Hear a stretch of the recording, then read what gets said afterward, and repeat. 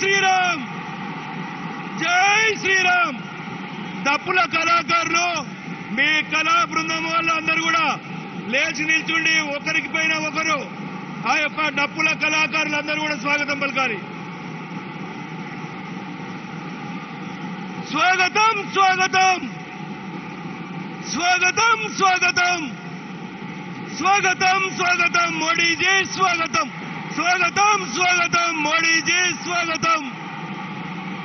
భారత్ మాతా key Bharat మాతా key స్వాగతం స్వాగతం స్వాగతం స్వాగతం మోడీజీ స్వాగతం. అందరూ కూడా ఒకసారి గట్టిగా చప్పట్లతోటి స్వాగతం పలకాలి. అందరూ కూడా మన మోడీ గారికి అందరూ కూడా చప్పట్లతోటి అందరూ కూడా లేచి నిల్చుని చేతులతోటి ఊపి అందరూ కూడా స్వాగతం పలకాలి. భారత్ మాతా కీ భారత్ మాతా కీ.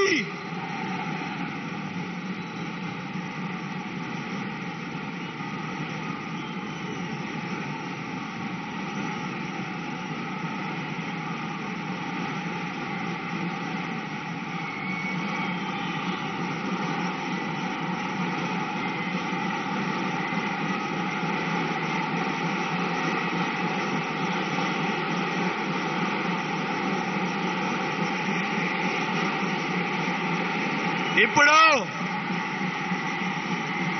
అందరూ కూడా మన ప్రియతమ నాయకులు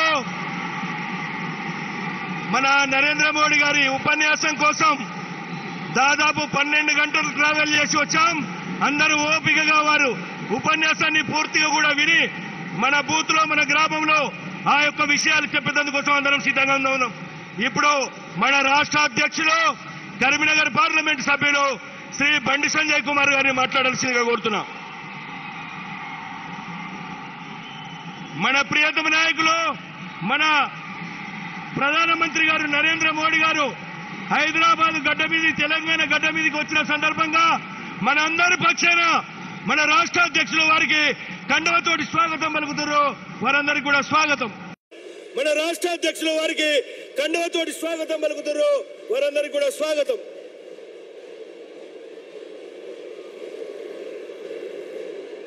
भारत माता की डपला बन प्लीज प्लीज डपला बन बैंड अपन भारत माता की जय श्री राम राम लक्ष्मण जानकी राम लक्ष्मण जानकी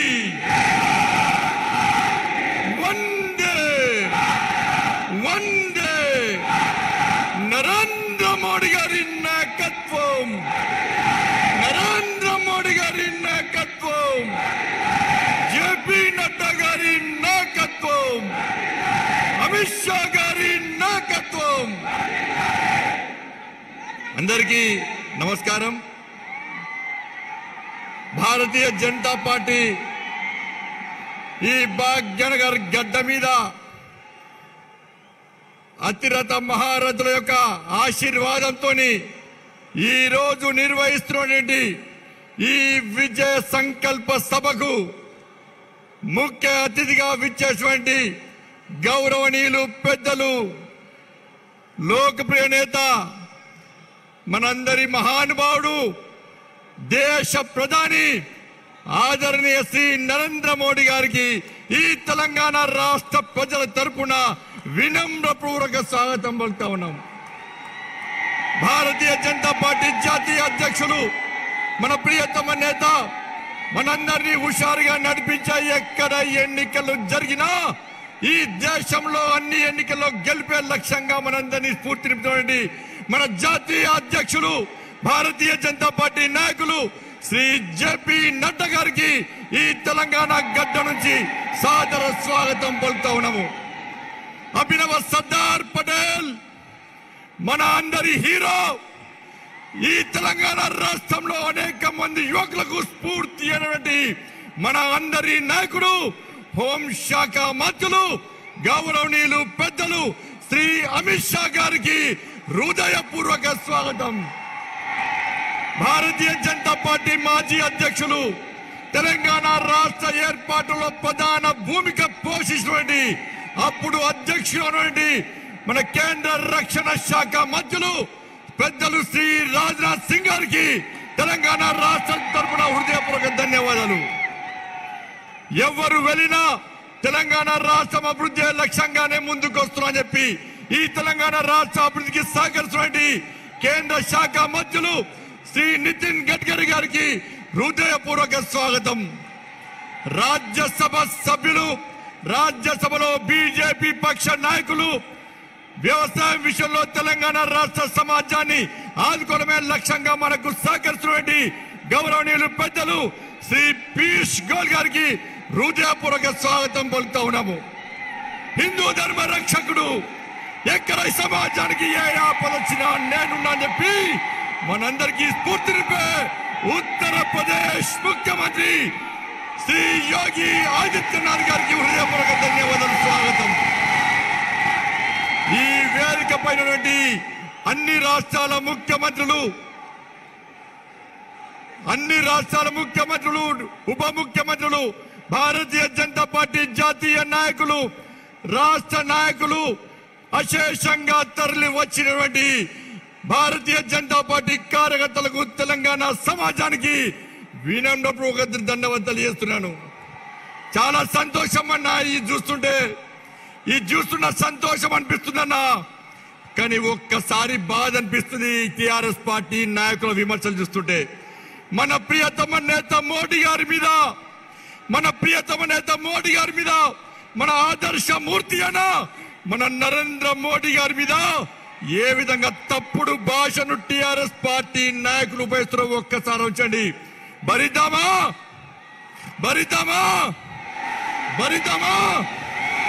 ఎందుకు తిట్టారన్నా నా నరేంద్ర మోడీని? ఈ దేశంలో కరోనా సమయంలో పేద ప్రజలు కరోనాతో తల్లడిల్లుతుంటే ఈ దేశంలో 200 కోట్ల డోసులను ఉచితంగా ఈ దేశ ప్రజలకు అందించేందుకు నరేంద్ర మోడీ గారు తీరుతున్నారు. అర్థం కాలే నాకు. అరే ఈ దేశంలో పేద ప్రజలు ఇబ్బంది పడద్దని చెప్పి, ఆకలితో అలమటించొచ్చని చెప్పి ఈ దేశంలో పేద ప్రజలకు ఉచితంగా బియ్యం ఇస్తున్నందుకు నా నరేంద్ర మోడీని తీరుతున్నది. అరే ఉక్రెయిన్లో యుద్ధం జరిగినప్పుడు ఈ తెలుగు రాష్ట్రాలకు సంబంధించినటువంటి అనేక యువకులు ఆ ఉక్రెయిన్లో చిక్కిపోతే యుద్ధాన్ని ఆపి తెలుగు రాష్ట్ర ప్రజలను కాపాడనందుగా నా నరేంద్ర మోడీ గారు తిట్టేది.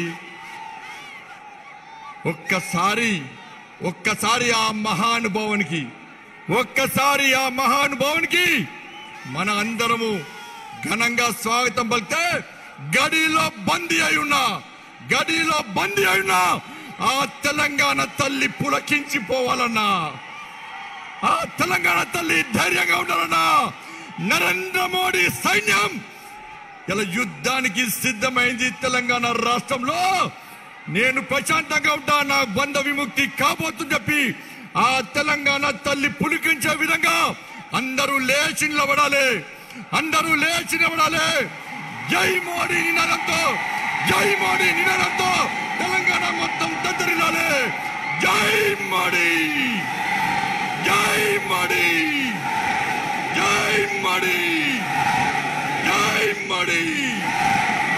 2 కరలతో తప్పట్లతో స్వాగతం పలుకున్న నా మహానుభావునికి, దేవుడన్నా పేదలో నాకు కూడా దేవుడన్నా నా మోడీ.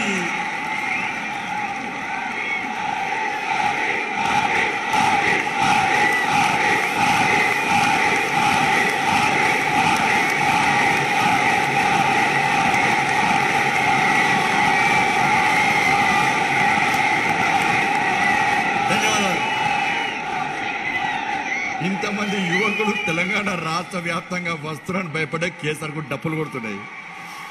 వాస్తవమేనా? పులి వస్తుందంటే గుంట నక్కలు పారిపోతాయా? పారిపోవా? పారిపోతే పారిపోవా, గట్టి చెప్పాలి. పారిపోతే పారిపోవా. పులి అన్నా పులి. భారతదేశమే కాదన్నా, ప్రపంచంలో ఎక్కడికి పోయినా కూడా ఈ పులిని స్వాగతిస్తురన్నా. కానీ తెలంగాణ రాష్ట్రంలో టీఆర్ఎస్ పార్టీ దద్దమ్మలకు, కేసీఆర్ లాంటి మూర్ఖులకు మోడీ గారికి గొప్పతనం తెలియదన్నా. తెలంగాణ రాష్ట్రాన్ని సాధించుకున్న దేనికన్నా అనేక మంది బలిదానాల వల్ల తెలంగాణ రాష్ట్రాన్ని సాధించుకున్నాం. కాబట్టి మోడీ గారి తెలంగాణ రాష్ట్రాన్ని అభివృద్ధి చేసుకుందాం, కష్టపడి తెలంగాణ రాష్ట్రాన్ని సాధించుకున్నాం, తప్పకుండా అభివృద్ధి చేస్తామని చెప్పి ఈ తెలంగాణ రాష్ట్రానికి వేల కోట్ల రూపాయలు నిధులిస్తున్న తెలంగాణ రాష్ట్రానికి, తెలంగాణ రాష్ట్రంలో అనేక సంక్షేమ పథకాలు అమలు చేస్తున్న గొప్ప వ్యక్తి నరేంద్ర మోడీ గారన్న. అదే మోడీ గారు సర్కార్ అన్న తెలంగాణ రాష్ట్రంలో. ఒక్కసారి చెప్పాలి రాష్ట్ర ముఖ్యమంత్రి, నువ్వు ఎన్నికల ముందు హామీలు ఇచ్చిన ఏమైనాయి? ఈ తెలంగాణ రాష్ట్ర అభివృద్ధికి ఎందుకు సహకరిస్తున్నావు? కేంద్రము అనేక నిధులు ఇవ్వడానికి సిద్ధంగా ఉంది. ఈ తెలంగాణ రాష్ట్రం అభివృద్ధి చేయడానికి మోడీ సర్కార్ సిద్ధంగా ఉంది. కానీ రాష్ట్ర ముఖ్యమంత్రి అభివృద్ధి మధ్య ఆశ లేదు. అభివృద్ధి కావాలని రాష్ట్ర ముఖ్యమంత్రి కోరుకుంటున్నాడు. కేవలం ఒక స్ట్రాటజీ ప్రకారం మోడీ గారి ప్రభుత్వాన్ని తిట్టాలి, కేంద్ర ప్రభుత్వాన్ని బదనాం చేయాలి. మోడీ గారిని అప్రతిష్ట పాలు చేయడం ద్వారా మాత్రమే రాజకీయ లబ్ధి పొందాలని చెప్పి ఈ టీఆర్ఎస్ పార్టీ ప్రభుత్వం వ్యవహరిస్తుంది. అందుకే మోడీ గారు మేము ఎప్పుడు గెలుస్తామో చెప్తా ఉంటాడు, మీరు తెలంగాణ రాష్ట్ర అభివృద్ధి సేకరించండి, ఎన్నికల వరకు మాత్రమే రాజకీయాలు, ఎన్నికల తర్వాత మనకు రాజకీయాలు ముఖ్యం కాదు. తెలంగాణలో పేదోళ్ళు ఇబ్బంది పడద్దు, కష్టపడి సాధించుకున్న తెలంగాణ రాష్ట్రంలో అభివృద్ధి జరగాలి, జరిపి తీరాల్సిందే, నేను సహకరిస్తా అని చెప్పి మోడీ గారు అనేక సందర్భాల్లో చెప్పినప్పుడు కూడా రాష్ట్ర ప్రభుత్వం సహకరించడానికి సిద్ధంగా లేదు. రాష్ట్ర ప్రభుత్వం సహకరించడానికి సిద్ధంగా లేదు, ముఖ్యమంత్రి సహకరించడానికి సిద్ధంగా లేదు. ఒక్కసారి ఆలోచించండి అన్న, మీరు ఈ ప్రభుత్వాన్ని గద్దె దించాలా లేదా ఒక్కసారి ఆలోచించండి. ఈ ప్రభుత్వాన్ని గద్దె దించమా లేదా ఒక్కసారి ఆలోచించండి. ఈ పేద ప్రజల కోసం ఈ రోజు భారతీయ జనతా పార్టీ కష్టపడి పనిచేస్తుంది. అందుకే మా జాతీయ అధ్యక్షులు జేపీ నడ్డా గారికి మన ప్రియతమైన నరేంద్ర మోడీ గారికి ఈ తెలంగాణ రాష్ట్రం గడ్డ మీద, ఈ భాగ్యనగర్ గడ్డ మీద భారతీయ జనతా పార్టీ జాతీయ కార్యవర్గ సమావేశాలు నిర్వహించే అదృష్ట అవకాశం కల్పించేందుకు ఒక్కసారి చప్పట్లతో వారికి కృతజ్ఞతలు తెలియనన్నా. వినమ్రంగా మీకు ధన్యవాదాలన్నా. చాలా మంది అంటున్నారు ఇక్కడనే ఎందుకు పెట్టాలి జాతీయ కార్యవర్గ సమావేశాలని. నేను అడుగుతున్నా, ఇక్కడనే ఎందుకు పెట్టద్దో సమాధానం చెప్పండి. ఫస్ట్ ఎందుకు బరాబరి తెలంగాణ రాష్ట్రం భారతీయ జనతా పార్టీది. భారతీయ జనతా పార్టీ సహకరిస్తేనే తెలంగాణ రాష్ట్రం వచ్చింది.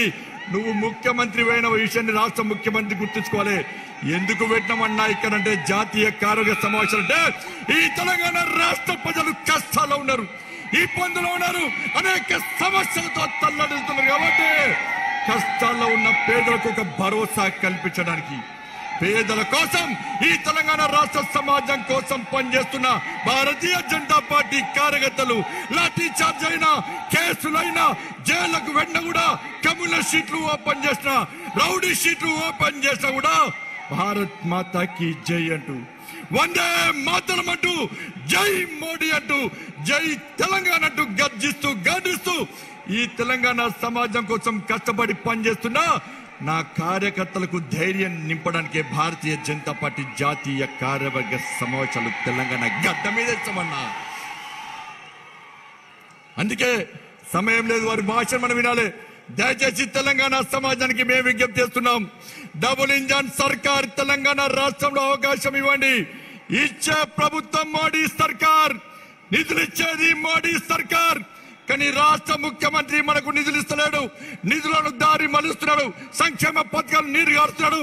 అందుకే ఇచ్చే మోడీ సర్కార్కే ఈ తెలంగాణ రాష్ట్రంలో పాలించే అధికారం ఉంది. ఈ తెలంగాణ రాష్ట్రం అభివృద్ధి చెందాలంటే ఇంకా 20 సంవత్సరాల పాటు దేశంలో భారతీయ జనతా పార్టీ ప్రభుత్వం పక్కా ఉంటుందని చెప్పి అన్ని సర్వేలు చెప్తున్న సందర్భంలో ఈ తెలంగాణ రాష్ట్రాన్ని అప్పుల పాలు చేసి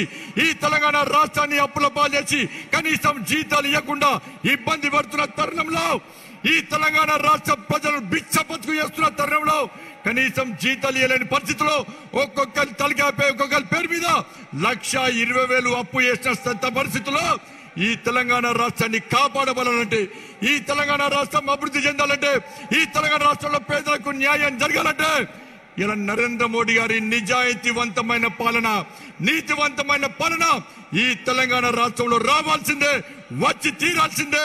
అందుకే భాగ్యలక్ష్మి అమ్మవారి సాక్షి చెప్తున్నా, ఈ రోజు ఆ రోజు అమిత్ షా గారు వచ్చిన భాగ్యలక్ష్మి దేవాలయానికి ఈ రోజు ఆది యోగి ఆదిత్యనాథ్ వచ్చి దర్శనం చేసుకున్న భాగ్యలక్ష్మి అమ్మవారిని, భాగ్యలక్ష్మి అమ్మవారి సాక్షి చెప్తున్నాం. ఈ తెలంగాణ రాష్ట్రంలో కేసీఆర్ గడిలు బద్దలు కొడతాం. కేసీఆర్ గడిలో బందీ ఉన్నా నా తెలంగాణ తల్లిని రక్షించుకునే బాధ్యతను మనందరం తీసుకుందాం. కష్టపడి పనిచేద్దాం. మీరు స్వచ్ఛందంగా ఇంత పెద్ద ఎత్తున తరలి వచ్చిన తెలంగాణ సమాజానికి, భారతీయ జనతా పార్టీ కార్యకర్తలకు హృదయపూర్వక ధన్యవాదాలు తెలియజేస్తూ ఈ జాతీయ కార్యవర్గ సమావేశం నిర్వహించినటువంటి జాతీయ నాయకత్వానికి హృదయపూర్వక ధన్యవాదాలు తెలియజేస్తూ ముగిస్తున్నారు. భారత్ మాతాకి, నరేంద్ర మోడీ గారి నాయకత్వం, నరేంద్ర మోడీ గారి నాయకత్వం. జై శ్రీరామ్. ధన్యవాదాలు. ధన్యవాదాలు రాష్ట్ర అధ్యక్షులు గారికి. Now I request to Naddaji address to the Vijay Sankalpa Sabha.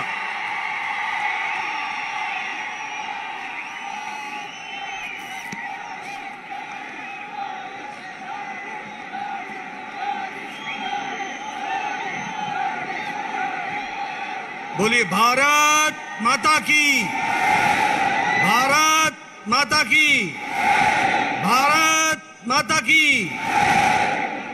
Narendra Modi గారి నాయకత్వం, नरेंद्र मोदी गारू नायकत्व.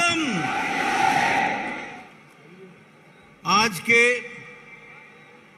इस सभा में उपस्थित भारत के यशस्वी प्रधानमंत्री, हम सबके प्रिय सम्मानीय श्री नरेंद्र मोदी जी, आज के कार्यक्रम में इस विजय संकल्प रैली में मंच पर उपस्थित भारतीय जनता पार्टी के सभी पूर्व राष्ट्रीय अध्यक्ष, मंच पर उपस्थित हमारे सभी प्रदेश के मुख्यमंत्रीगण, केंद्र सरकार में मंत्रीगण, वरिष्ठ नेतृत्व, सम्मानित मंच और यहां इस विजय संकल्प रैली में एकत्र आए इतनी बड़ी संख्या में हमारे तेलंगाना के सभी नौजवान साथी, सज्जन वृंद, मीडिया के मेरे साथी, प्रिंट मीडिया, इलेक्ट्रॉनिक मीडिया के मेरे साथी, आज भाग्यनगर में जिस तरीके से अपार जनसमूह आज अपने प्रिय नेता भारत के यशस्वी प्रधानमंत्री जी को सुनने के लिए आतुर है, ये बताता है, ये जो मैं उत्साह देख रहा हूं, ये जो मैं जोश देख रहा हूं, ये जो मैं संख्या देख रहा हूं, यह मुझे इस बात के लिए आश्वस्त करता है कि आने वाले समय में तेलंगाना से केसीआर का जाना तय है और भारतीय जनता पार्टी का आना निश्चित है. मित्रों, मैं आपके और प्रधानमंत्री जी के बीच में बहुत देर नहीं रहूंगा. मुझे मालूम है कि आप सब लोग उनको सुनने के लिए आतुर हैं, लेकिन मैंने तेलंगाना की बदलती तस्वीर देखी है. मैं विधानसभा के चुनाव में यहां चुनाव का प्रभारी था. उस समय का वातावरण भी मैंने देखा है और उसके बाद का भी मैं वातावरण देख रहा हूं. जगह जगह पर जिस तरीके से लोग केसीआर की सरकार से त्रस्त हैं, उनके भ्रष्टाचार से त्रस्त हैं, उनके सरकार के अनाचार से त्रस्त हैं और जिस तरीके से विपक्षी दलों को कुचलने का कुत्सित प्रयास कर रहे हैं। तेलंगाना की जनता, जो बड़ी जागरूक जनता है, उसने तय कर लिया है कि केसीआर को घर बैठाना है और भारतीय जनता पार्टी को लाना है। इस बात को तय कर दिया। मित्रों, मैं यहां ग्रेटर हैदराबाद म्युनिसिपल कॉरपोरेशन के चुनाव में भी आया था। उस समय पत्रकार बंधु कहते थे कि भारतीय जनता पार्टी का क्या भविष्य है, और हमने कहा था कि हमें ग्रेटर हैदराबाद म्युनिसिपल कॉरपोरेशन में अभूतपूर्व सफलता मिलेगी, और हैदराबाद की जनता ने आशीर्वाद रखा था। और एक तरीके से भारतीय जनता पार्टी का चुनाव में आशीर्वाद आपने देकर के भारतीय जनता पार्टी का दबका बनाया था। लेकिन आप वहीं नहीं रुके।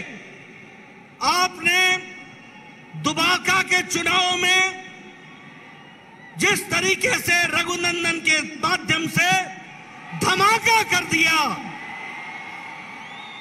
और एटला राजेंद्र के माध्यम से हुजूराबाद में हजूर को घेर दिया, गिरा दिया, ये बताता है कि आने वाले समय में भारतीय जनता पार्टी को आपने आशीर्वाद देना तय कर लिया है। सभी मुद्दों के बारे में प्रधानमंत्री जी चर्चा करेंगे, लेकिन जब आप नीलू की बात करते हो तो मैं ये जरूर कहूंगा कि पानी के बारे में चर्चा करते करते कालेश्वरम प्रोजेक्ट 32,000 करोड़ से आज 1,32,000 करोड़ पहुंच गया। ये केसीआर का एटीएम बन गया, एटीएम बन गया। ये हमको समझना चाहिए। भ्रष्टाचार, अनाचार, केंद्र सरकार से पैसा लेकर के यह प्रदेश, जब हम फंड की बात करते हैं, जब हम आर्थिक दृष्टि से बात करते हैं, तो आज यह प्रदेश 4 लाख करोड़ के घाटे में है, और यह केसीआर की सरकार का नतीजा है। और जहां अगर मैं बात करूं रोजगार की, तो केसीआर की तरफ से, केशव चंद्रशेखर राव की तरफ से लोगों को रोजगार मिल चुका है। लोगों को रोजगार कैसे मिल गया है? लोगों को रोजगार इस तरीके से मिल गया है क्योंकि उसके नाम पर रोजगार का अर्थ है उसका बेटा, उसकी बेटी, उसके दो दामाद खुद ड्राइविंग सीट पर, कार फुल है, हाउस फुल हो चुका है। अब कार में जगह नहीं है, रोजगार फुल हो चुका है। ये हमको समझना चाहिए। मित्रों, ऐसी भ्रष्ट सरकार को रहने का कोई अधिकार नहीं है। बहुत से मुद्दे हैं, इस पर चर्चा होगी। जो आशीर्वाद प्रधानमंत्री जी ने तेलंगाना को दिया है, वो सही मायने में धरती पर नहीं लग रहा है। उसमें भ्रष्टाचार हो रहा है, स्कीमों का बदला जा रहा है, और इसलिए समय आ गया है कि अब डबल इंजन की सरकार चाहिए, ऊपर मोदी जी की सरकार चाहिए, तो तेलंगाना में भी कमल खिलना चाहिए, कमल खिलना चाहिए, कमल खिलना चाहिए। इसको हमको ध्यान में रखना चाहिए। मैं पुनः आप सबको धन्यवाद देता हूं, और आपके और प्रधानमंत्री जी के बीच में ज्यादा समय न रहते हुए हम सब लोग प्रधानमंत्री जी को सुनने के लिए आतुर हैं। यहीं पर अपनी बात समाप्त करता हूं, इस आशा के साथ कि अगली बार भारतीय जनता पार्टी का कमल खिलेगा। इन्हीं शब्दों के साथ बहुत बहुत धन्यवाद। जय भारत, जय तेलंगाना।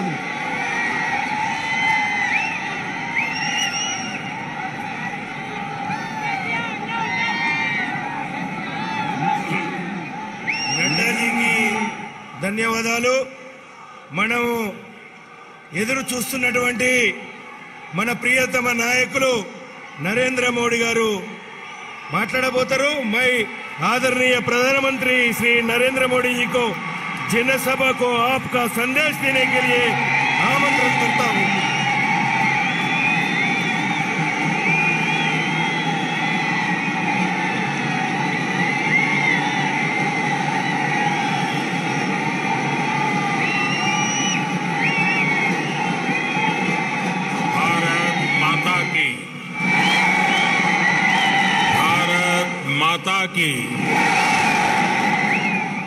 भारत माता की। तेलंगाना बीजेपी ने आशीर्वादीने चट्टानी की ఎంతో దూరం నుండి వచ్చిన ప్రతి కార్యకర్తకు సోదర సోదరి మనులకు మాతృ ముథులకు నా నమస్కారం।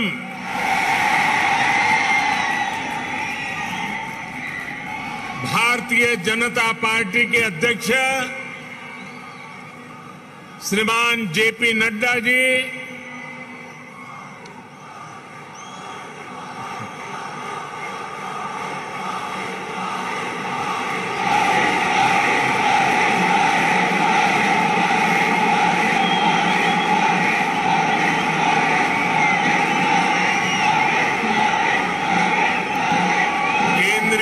मंत्रिमंडल के मेरे सदस्यगण,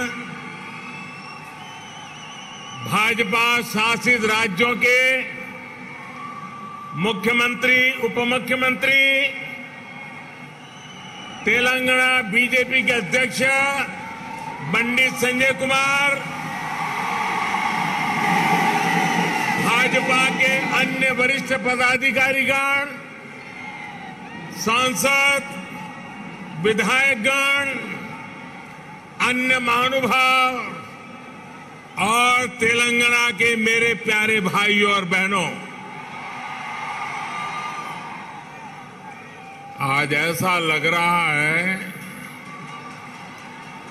कि जैसे पूरे तेलंगाना का स्नेह यहां इस मैदान में ही सिमट आया है।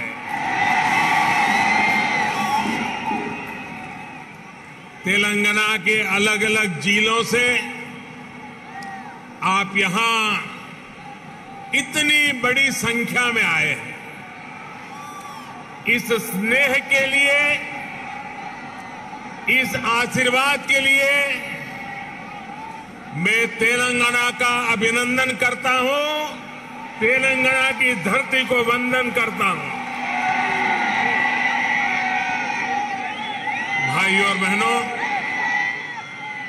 आप सभी लोगों के स्नेह को ध्यान में रखते हुए ही हमने इस बार भाजपा की राष्ट्रीय कार्यकारिणी की बैठक हैदराबाद में कराने का फैसला किया था। बीते 2 दिनों से यहां देश भर से भाजपा के प्रतिनिधि, अलग अलग राज्यों के मुख्यमंत्री आपके इस प्यार को, इस स्नेह को अनुभव कर रहे हैं। जिस तरह हैदराबाद शहर हर टैलेंट की उम्मीदों को नई उड़ान देता है, वैसे ही भाजपा भी देश की आशाओं, अपेक्षाओं को पूरा करने के लिए दिन रात मेहनत कर रही है। इसलिए आज जब हम 21वीं सदी के समर्थ, सशक्त, आत्मनिर्भर भारत के रोड मैप पर काम कर रहे हैं, तब हैदराबाद में हुए भाजपा के इस मंथन का विशेष महत्व है। साथियों, तेलंगाना के लोग पूरी दुनिया में कड़ी मेहनत और देश के विकास के प्रति समर्पण के लिए जाने जाते हैं। तेलंगाना में कला, कौशल, कर्मठता भरपूर है। तेलंगाना प्राचीनता और पराक्रम की पुण्य स्थली है। यहां भद्राचलम में श्री राम से लेकर यादाद्री में श्री नरसिम्हा तक, आलमपुर में जोगुलांबा से लेकर वरंगल में भद्रकाली तक इस पवित्र भूमि से ईश्वरीय आशीर्वाद हमारे भारत पर अविरल बरसते हैं। विश्व प्रसिद्ध रामप्पा मंदिर से लेकर अद्भुत काकतीय तोरणम तक तेलंगाना का आर्ट और आर्किटेक्चर हमें गौरव से भर देता है। प्रताप रुद्र से रानी रुद्रमा देवी और कुमरम भीम तक तेलंगाना की इस वीर भूमि के शौर्य और बलिदान की गाथाएं अतुलनीय है।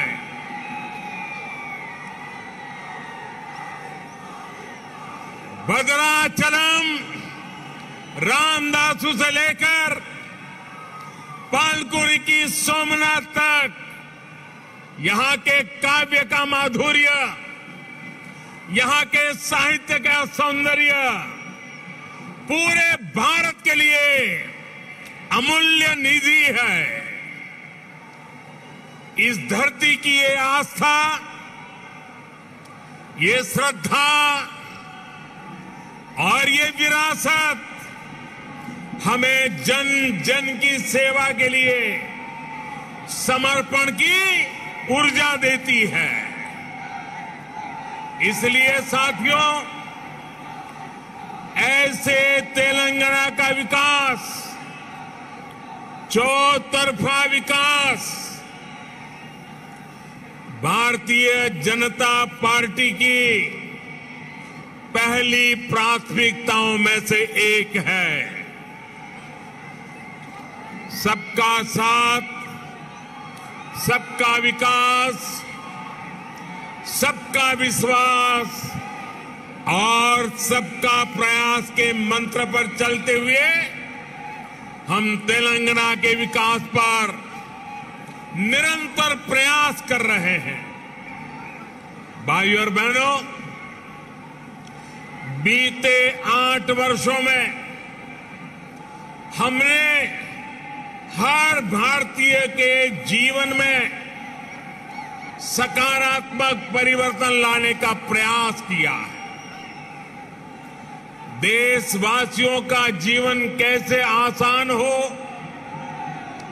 विकास का लाभ कैसे हर व्यक्ति, हर क्षेत्र तक पहुंचे, इसके लिए हमने निरंतर काम किया है।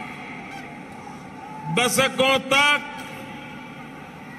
जो वंचित रहे, शोषित रहे, उनको भी राष्ट्रीय योजनाओं के माध्यम से हमने विकास में भागीदार बनाया है। यही कारण है कि गरीब, दलित, वंचित, पिछड़े, आदिवासी सभी को आज लगता है कि भाजपा सरकार उनकी आवश्यकताओं और आकांक्षाओं दोनों की पूर्ति कर रही है। देश की महिलाओं, हमारी बहन बेटियों को भी आज महसूस हो रहा है कि उनका जीवन आसान हुआ है, उनकी सुविधा बढ़ी है। अब वो राष्ट्र के विकास में अधिक योगदान दे सकती है। साथियों, भाजपा सरकार के इसी सेवा भाव का लाभ तेलंगाना के हर गरीब, दलित, पिछड़े, आदिवासी, मिडिल क्लास परिवार को भी मिल रहा है। तेलंगाना की बहनों बेटियों को मिल रहा है। कोरोना वैश्विक महामारी के दौरान जब 100 साल का सबसे बड़ा संकट आया तो हमारी सरकार ने तेलंगाना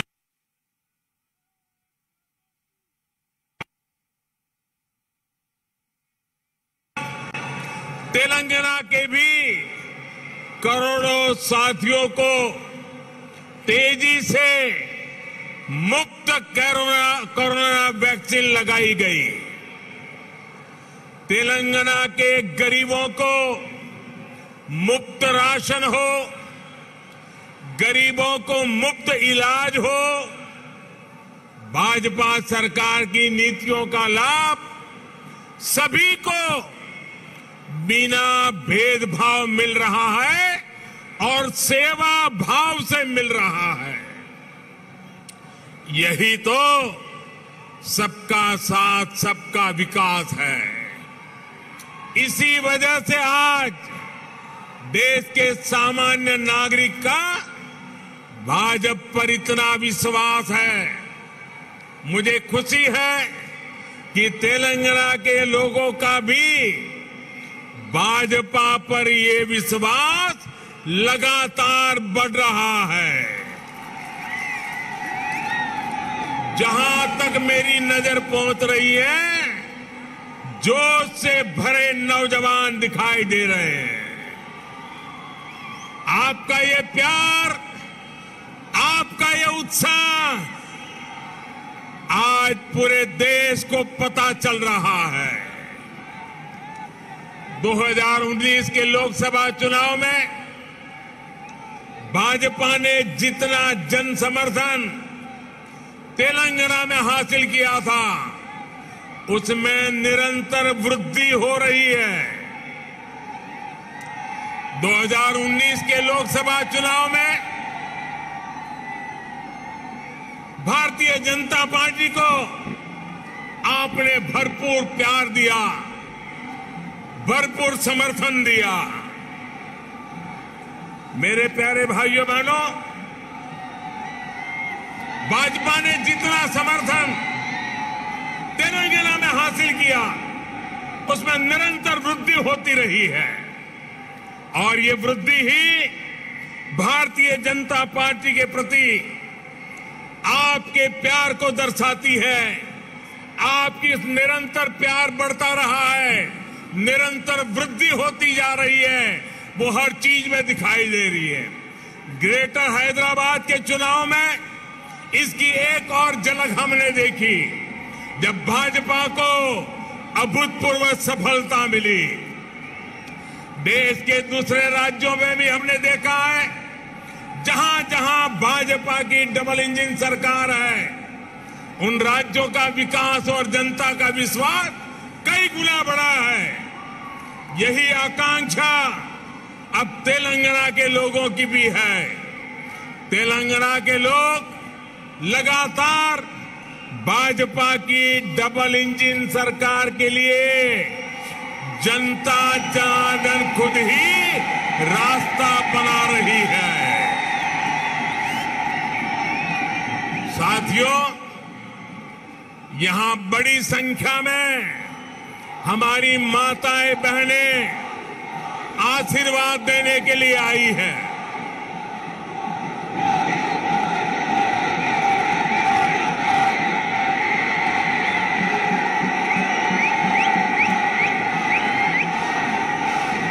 साथियों, आपका प्यार, आपका उत्साह मैं भली भांति समझ सकता हूं। साथियों, हमारी सरकार ने महिलाओं, बहनों, बेटियों की गरिमा, उनके स्वास्थ्य, उनका जीवन आसान बनाने को सर्वोच्च प्राथमिकता दी है। स्वच्छ भारत अभियान से तेलंगाना की लाखों गरीब माताओं, बहनों, बेटियों को सम्मान का जीवन मिला है। उज्ज्वला योजना से मिले मुफ्त गैस कनेक्शन से तेलंगाना की लाखों गरीब बहनों को धुएं से मुक्ति मिली है। मातृत्व के समय पोषण से लेकर टीकाकरण तक की सुविधाओं को हमने तेलंगाना के गांव-गांव तक पहुंचाया है, हर लाभार्थी तक पहुंचाया है। इसी का परिणाम है कि आज बहनों बेटियों का स्वास्थ्य भी सुधर रहा है और उनके जीवन पर संकट भी कम हुआ है। भारत में पहली बार पुरुषों की तुलना में महिलाओं की संख्या अधिक हुई है। भाइयों और बहनों, हम इस 21वीं सदी में देश की नारी शक्ति को राष्ट्र शक्ति बनाने का ईमानदार प्रयास कर रहे हैं। हाल ही में आई एक रिपोर्ट के मुताबिक बैंकों में जमा धनराशि में महिलाओं की हिस्सेदारी तेजी से बढ़ रही है। ग्रामीण महिलाओं के मामले में ये आंकड़ा और भी ज्यादा है। सर्वे बताते हैं कि आज हमारी बहनों की संपत्ति में हिस्सेदारी भी बढ़ी है और परिवार के आर्थिक फैसलों में पूछ भी बढ़ रही है। ये इसलिए संभव हो रहा है क्योंकि हमने बहनों को बैंकिंग से जोड़ा, देश की अर्थव्यवस्था में बेटियों की सीधी सक्रिय भागीदारी को प्रोत्साहित किया।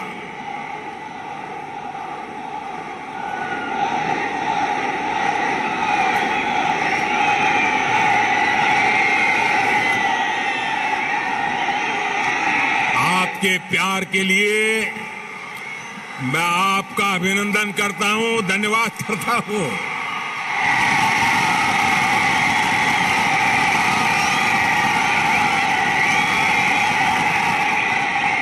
साथियों, जन धन योजना के तहत पूरे देश में 45 करोड़ बैंक खाते खोले गए, जिसमें से 1 करोड़ से ज्यादा जन धन बैंक खाते तेलंगाना में खुले हैं।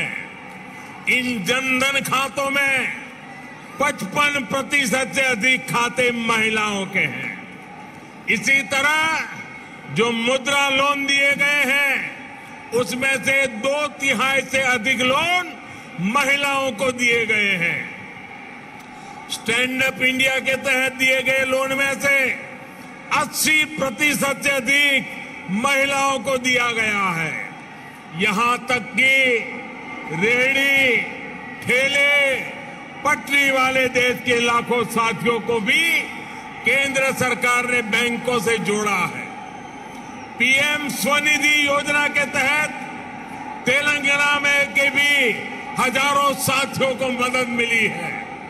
भाइयों और बहनों, तेलंगाना भारत में रिसर्च और इनोवेशन का भी एक बड़ा केंद्र है।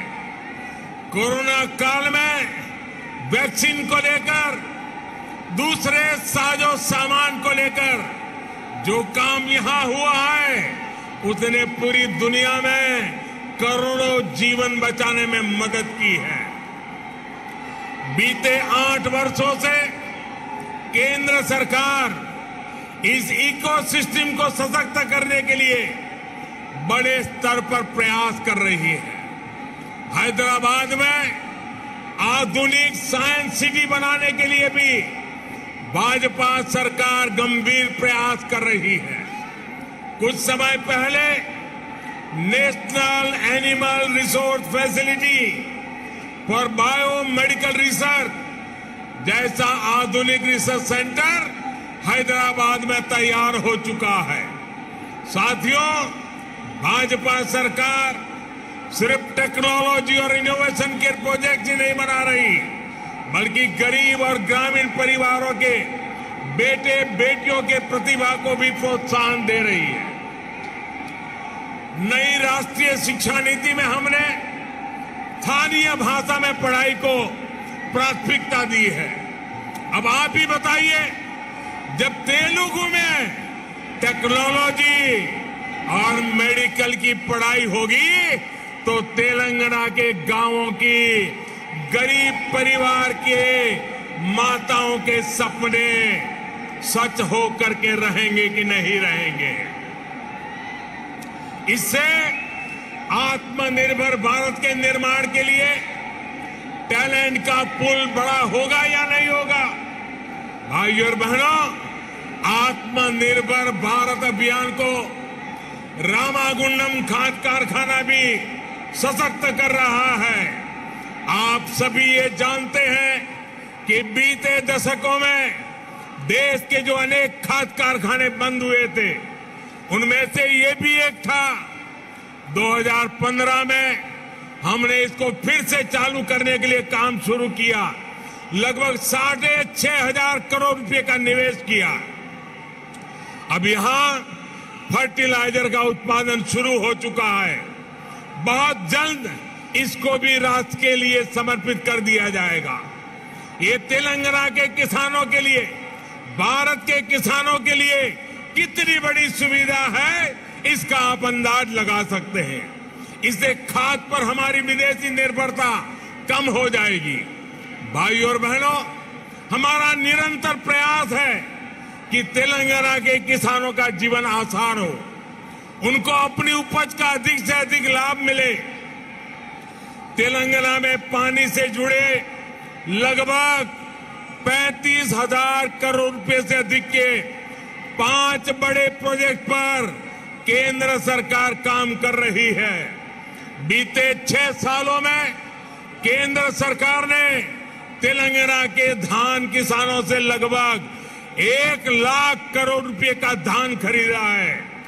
धान किसानों को लागत का 1.5 गुना पैसा भी दिया है। इस बार भी धान की एमएसपी में 80 रुपये की वृद्धि कर उसे 2,000 रुपये प्रति क्विंटल से ज्यादा कर दिया गया है। भाइयों और बहनों, खेती हो या उद्योग, हर सेक्टर के विकास के लिए आधुनिक इंफ्रास्ट्रक्चर बहुत आवश्यक है। तेलंगाना का गांव हो या शहर, आधुनिक कनेक्टिविटी इंफ्रास्ट्रक्चर के लिए भाजपा के नेतृत्व वाली केंद्र सरकार अभूतपूर्व काम कर रही है। हैदराबाद में यातायात और सुगम बनाने के लिए केंद्र सरकार 1,500 करोड़ रुपए की लागत से 4 और 6 लेन के कई फ्लाईओवर और एलिवेटेड कॉरिडोर बना रही है। इस हाईटेक सिटी में जाम की परेशानी कम करने के लिए केंद्र सरकार 350 किलोमीटर परिधि की रीजनल रिंग रोड भी बनाने जा रही है। भाइयों और बहनों, हमारा प्रयास है कि तेलंगाना के कोने कोने तक बेहतरीन कनेक्टिविटी पहुंचे। पिछले 8 वर्षों में तेलंगाना में नेशनल हाईवे की लंबाई 2 गुनी हो चुकी है। 2014 में तेलंगाना राज्य में लगभग 2500 किलोमीटर के नेशनल हाईवे थे। आज 5,000 किलोमीटर लंबा नेटवर्क है।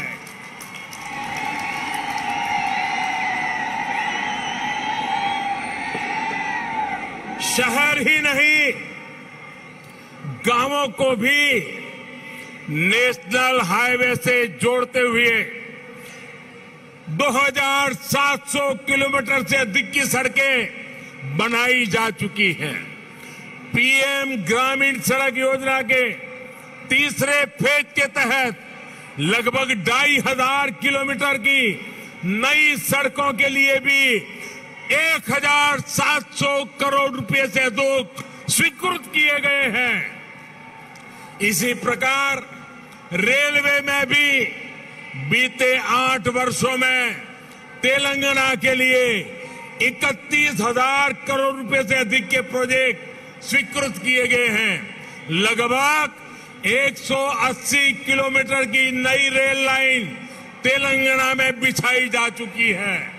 साथियों, आत्मनिर्भरता की बात आती है तो मैंने हमेशा 5F की बात की है। Farm to fibre, fibre to factory, factory to fashion और फैशन टू फॉरेन। ये बात मैं कह रहा हूं। इसी सोच के तहत हमने तय किया कि टेक्सटाइल में देश के एक्सपोर्ट को बढ़ाने के लिए हम देश में 7 मेगा टेक्सटाइल पार्क बनाएंगे।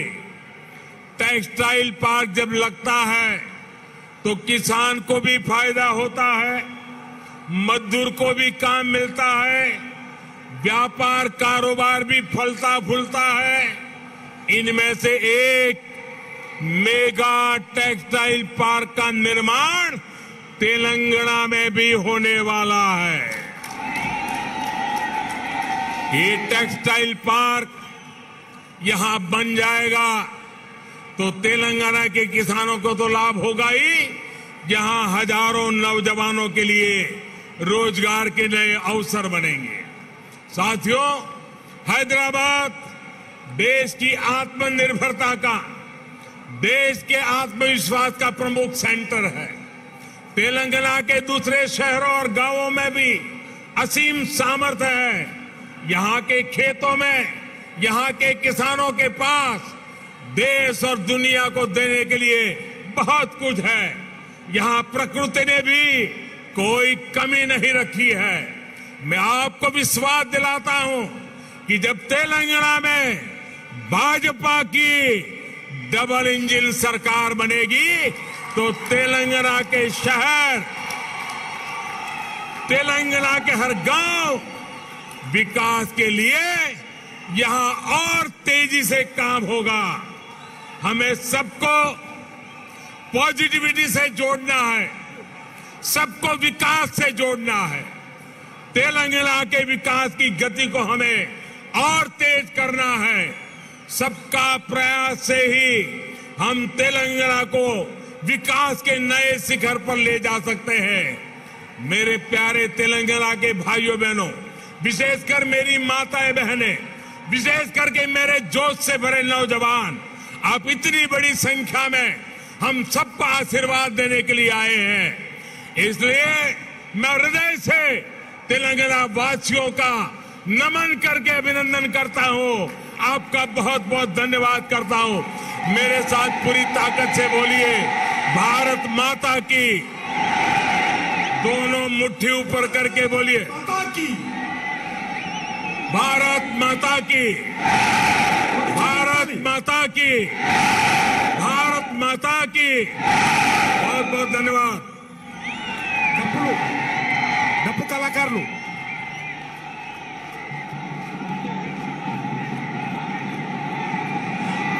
నరేంద్ర మోడీ గారి నాయకత్వం,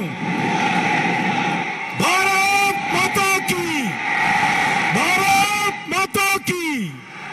నరేంద్ర మోడీ గారి నాయకత్వం, నరేంద్ర మోడీ గారి నాయకత్వం। డప్పు కళాకారులు भारत माता की। मोदी, भारत माता की। వందే వందే। అందరూ కూడా రెండు చేతులు పిడికిలు బిగించి చెప్పాలి, భారత్ మాతా की।